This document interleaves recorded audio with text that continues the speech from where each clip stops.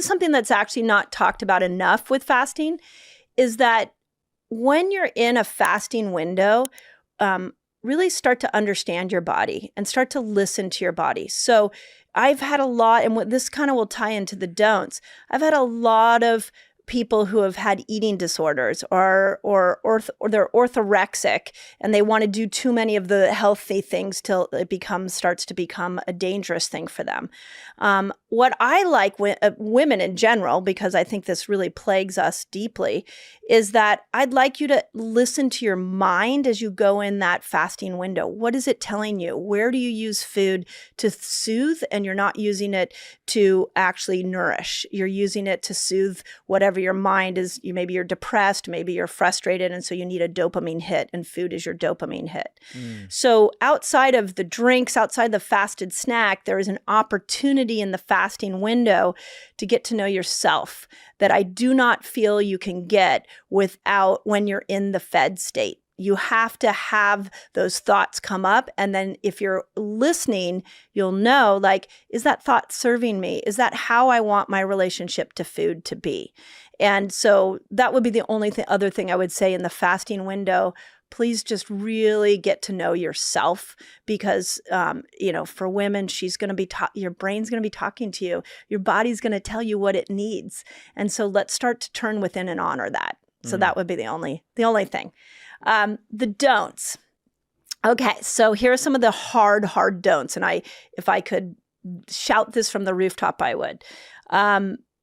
Eating disorders. If you have a known eating disorder, you do not, and I say this in the book, I've said this on my YouTube channel, you don't just go, oh, here's another great tool for me to lose weight. Let me go into more restriction, without bringing your therapist, your doctor, people on your health team into this fasting experience. I have seen it work for women with eating disorders. I've seen it change people's relationship to food dramatically. But if that is your past, you need your healing team around you to support you. Here's the challenge. Too many doctors, too many health care practitioners don't understand fasting. This is what I'm hoping this book is going to change, is like, let's help them understand fasting so they can work with you, especially the way a woman should fast. So that's number one. Second time, pregnancy. This is not your tool in pregnancy. You need more calories. You need more nourishment. You can focus on quality of food. You can focus on your microbiome. But if you start to go into these longer fasts, like 17 hours, there's a bit of a detox effect. You're going to stimulate something called apoptosis. And apoptosis is where dysfunctional cells die and they get shed. But where are they going to go? They go into your bloodstream. They're going to go, those toxins, that dysfunction goes into your child. This is not your time to fast. Same thing with nursing. That would be the other third time that I would say. You don't want to go longer than 15 hours. You do not want to stimulate autophagy, because if you stimulate autophagy or which can lead to this apoptosis and their cellular death, where's that discard going? It's going into your breast milk, and now you're feeding your child. So those to me are like really 3 times we have to really stop. 2 of them are absolute no's. The nursing is 15 hours or less. Don't go more than 15 because you don't want to stimulate this autophagy effect. Now, outside of that, other ones that need consideration, diabetes. Type 1 and type 2, I've seen amazing results. I've seen type 1 diabetics really transform how much insulin that they are required to take by learning how to dip in and out of different length fasts. So, but again, you need a doctor, you need a coach, you need somebody with you guiding you through that process. And then the last one where I don't think you need a coach, but I just want to emphasize this one, are people with thyroid problems, because it comes up a lot. The thyroid does not do well with calorie restriction. So it does do well with fasting, dipping in and out of fasting and eating.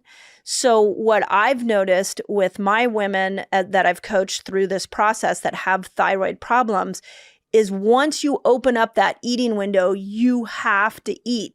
It's not a time to, and if you're not hungry, I'm sorry, you got to eat. We got to bring calories up. So for people with thyroid, the one meal a day is probably not going to work well for you.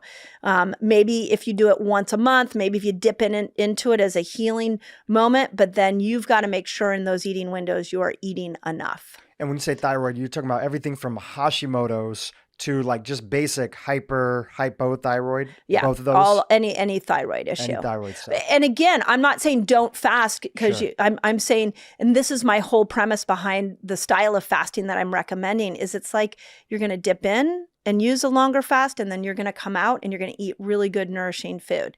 And then maybe sometimes you pull out a tool and you go into a longer fast, depending on if you need that tool. And then you're going to come back to your food base and you're going to make sure that you're eating good quality food. So I look at it like a Swiss Army knife. Sometimes I pull out the knife, sometimes I pull out the tweezers, sometimes I pull out the corkscrew to open up some wine. What tool are you using? I feel like fasting has gotten so lumped into the diet culture, and that's not what it is. It is a healing tool that you can learn how to use to heal yourself, that doesn't require supplements, can get you off medications, can give you results like you've never seen before. But it's learning how to use these tools in a very ebb and flow way that we've got to learn how to embrace for ourselves, for our own N of one. And it's been around forever in every major tradition around the world. So it's been stress tested quite rigorously. Yeah. Breaking a fast. How do we navigate that component? Yeah. So there's a whole chapter in the book on this, because this is outside the coffee. This is the second most important or popular question that I get asked. And here's the deal, is that anything, let's start with what breaks a fast, and then I want to go to how do you break a fast. Anything that raises your blood sugar over this 5 points that I talked about is going to pull you out of a fasted state. So let's start there. We already talked about how you can measure it and all of that. Now, when you go into food, this is so important. And I think this is where fasting has gotten a bad rap, especially with the microbiome. You have to remember that you just went into this healing phase, and you're now entering back into food. And so you can amplify that healing phase if you so choose. And I recommend you look at 3 different types of foods that you want to break your fast with. If you are trying to build muscle, I highly recommend breaking your fast with protein. And Gabrielle Lyon is a huge advocate of this and really admire her work. 30 grams of protein at that first meal, so you can trigger an amino acid receptor that will make that muscle stronger, so you can trigger mTOR, which is the opposite of autophagy, and really start to create some growth. Women especially, we need to focus on muscle. I 1,000% feel that muscle is our organ of longevity. The more muscle we have, the more insulin receptors we have, the more we can stop the breakdown of muscle that happens when we're adrenal fatigued. Very common to see that. So we need to preserve muscle. So that's number one. Second thing would be those of you that have been on antibiotics for years, those of you that have been on birth control for so long, and your gut's in bad shape, then I really encourage you, what happens the longer you fast is the old bacteria are dying off, and you've created this beautiful new environment for the good bacteria to grow. So it's like tilling your garden, and now your body's saying, okay, give me some plants to grow so I can grow the good that you want. Well, if you come in with polyphenol-rich foods, when you come in with probiotic-rich, prebiotic foods, at that first meal, you are feeding those good bacteria and you're allowing them to grow. So, and you can take both of those principles and put them together by eating a big salad with plenty of protein on it. And these principles don't have to be individual. You just pull them out according to what you want. The third principle, and then I'll kind of talk about how this looks in application, is if you are thinking, gosh, it's 2:00, I want to eat, I'm going to have my meal, but I won't be getting dinner for another 4 hours, then throw some fat in there. Fat will stop that desire to go back into food and overeat. I saw this a lot in my community where people were like, I'm doing well in my fasting window, but then once I open up my eating window, I can't control myself. And so once I started to add in fat and told them eat some healthy fat in that first meal, that binge eating completely stopped. So it's really this 3-tool system. Add in the protein if you're trying to build muscle and you're trying to stimulate mTOR. If you need to repair your gut, you really want to feed those good microbes. Be sure, I call them the 3 Ps. Add in the polyphenol, probiotic, prebiotic foods. And if you're really worried about that eating window and eating too much now, make sure you're adding some fat. And you can combine them all in one meal. Great. I love that. And even more details inside of the book that people can pick up. We actually did something really cool with this book. I'm going to answer this. You launched an app. Is that right? Well, I did launch an app too, but we can talk about that. But before what'd you do with this book? Tell us. But thank you for noticing that. I hired a chef. Oh yes. So I was looking at the recipes when you handed me the book. Chicken nuggets. Yeah. You have a recipe for chicken nuggets inside of it. That's right. So we have, some of them are tried and true recipes. My husband and I love to cook. This is one of our passions that we do together. And so some of them are tried and true recipes, but then I really wanted some good recipes around what to break a fast with, because it was such a common question. So there's there's a whole category of break your fast recipes. Is there another? You shared this testimonial, this gentleman that you met this summer who was 300 pounds, and you kind of really helped him turn his life around through following sort of a stage process. In putting this book together and thinking about all the people that have written in to you, is there another testimonial that comes to mind of somebody who really felt like they either hit rock bottom or were so confused that they didn't know how to move forward? And a testimony that comes to mind that, stepping into your methodology helped them really reset, so to speak, and now get true access to their health and step into their goals. Is there anything that comes to mind? Well, I'll tell you 2 of my favorite. Yeah, please. But I always say, go to my YouTube channel and read the comments. Like it still blows me away how people I do not know are losing so much weight and getting off so many medications with the support of their doctor. Like, it blows me away what an incredible tool that is. But there's two very clear ones that always stick out to me that involve women. The first was actually a woman on my team who was really frustrated because she couldn't get pregnant. And so 2 years of trying to get pregnant and nothing. She went to her OB. Her OB said, your BMI is too high. Okay, well, the BMI in general is thrown in women's face a lot, and there's a whole, inaccuracy with the BMI. So if you've ever been told you were too overweight because of the BMI, I really want to relieve you. It's not the best tool. Yeah, relieve you of that pressure. So she was frustrated. She said, you're never going to get pregnant if you don't bring your BMI down, is what her OB told her. So I put her on the 30-day reset that I wrote in the book. I taught her how to fast like a girl.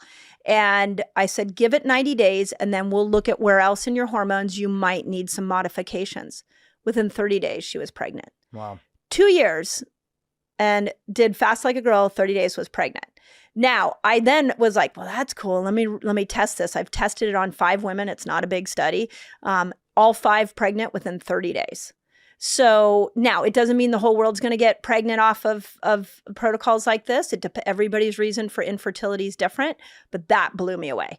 Second thing that I loved was this was a woman in Australia who wrote to us and told us that she had a full hysterectomy at like early 40s. And they said within, 3 months, her sex hormones would be completely similar to a postmenopausal woman. 3 years later, after the hysterectomy, she still had sex hormones that were age consistent with a 43-year-old. They had only cut in about half. They hadn't gone into this postmenopausal state. Wow. And so she wasn't even on any type of synthetic hormone or hormone replacement therapy at all. The doctor didn't feel comfortable putting her on it because she was still making these hormones.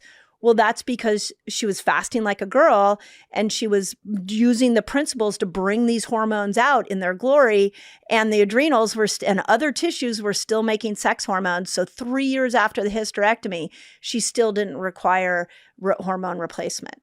that one blew me away. That's incredible. So People love hearing testimonials because it's a reminder that there's other people that have been in very challenging situations. Yep. There's other people that didn't know what to do next. There's other people that were also feeling confused by all the different viewpoints and opinions that are out there, but something clicked for them and they said, you know what, I'm going to give this a shot. That's right. And in giving it a shot and following a plan and having the support that's there by following a plan like yours, they were able to see a possibility by completely sort of changing their approach, which was often based in either outdated information, well-intentioned advice, but that isn't backed by the latest science and research, or something else. Yeah. And that's the power of following a plan. Yeah. That has worked for other people and trying it on and personalizing it. Yeah. And I think that's the big thing I'm trying to bring to the fasting world for women is that when we go back and we look at the history of fasting, I really give people like Walter Longo and Jason Fung and Dave Asprey. I mean, they've been talking about fasting for a long time.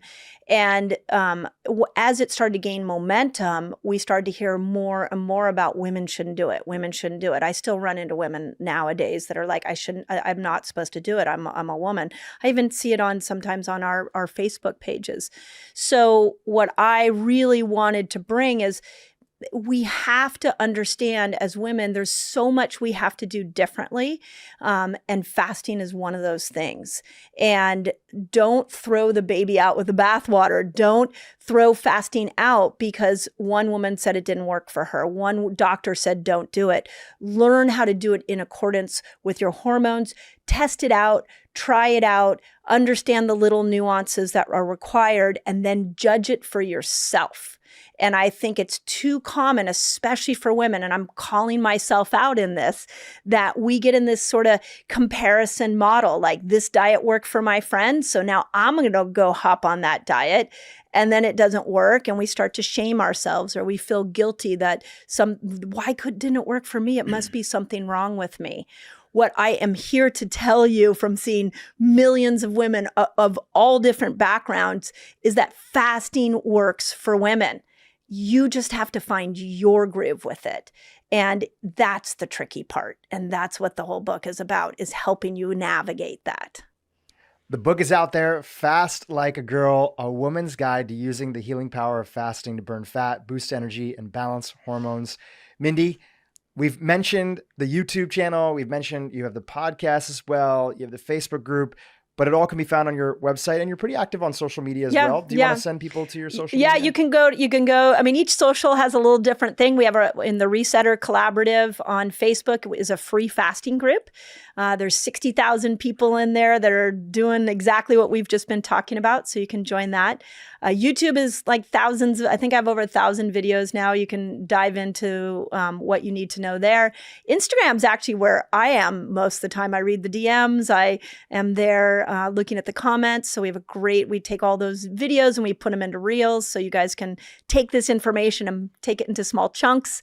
So yeah, I'm kind of everywhere. I have a podcast. I bring on interesting people. I'd love to bring you onto my podcast. I hate being interviewed. Oh, really? Yeah. No. I'd much rather do the interview. Oh my God, that's but so I appreciate funny. the offer. That's hysterical. I'd much rather have people like you on who I can spread the word about.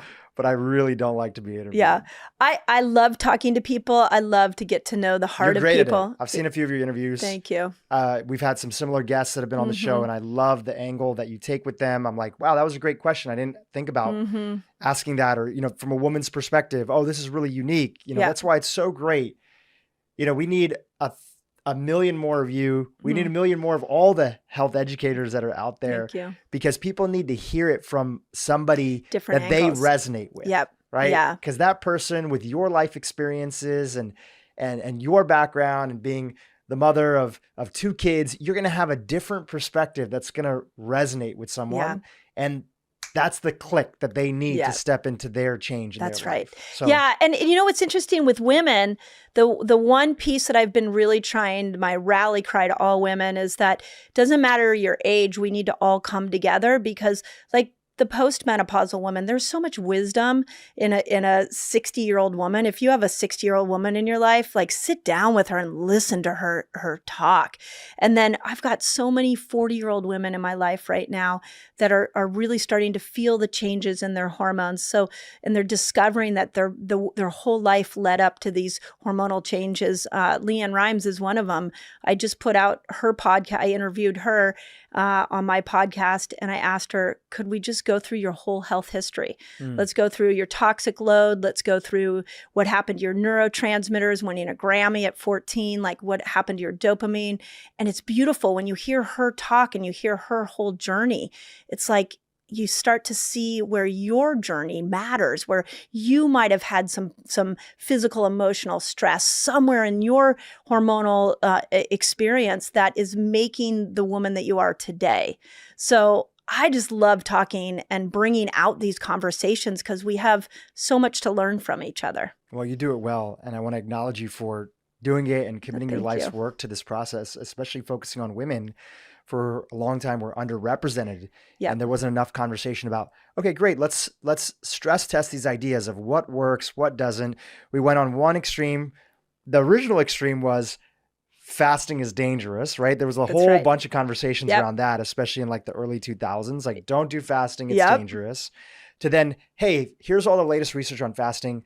Everybody should do it, which was the subtext that everybody should do it one way, right? Kind of like what works for men in particular, because that was just what was being studied at the time. Right. To then, hey, it's dangerous again for women. They shouldn't do it. And now we're finding, like in a lot of areas of life, politics, that we're finding that happy medium, which is let's look at the nuanced approach and make sure we treat each idea independently so we can figure out what best works for the situation. Okay, so if you love this video, you're gonna wanna check out the next video in my fasting series. I know that fasting helps you lose weight without changing your food, but if you're intermittent fasting and gaining weight, then I really recommend that you look at 3 food changes.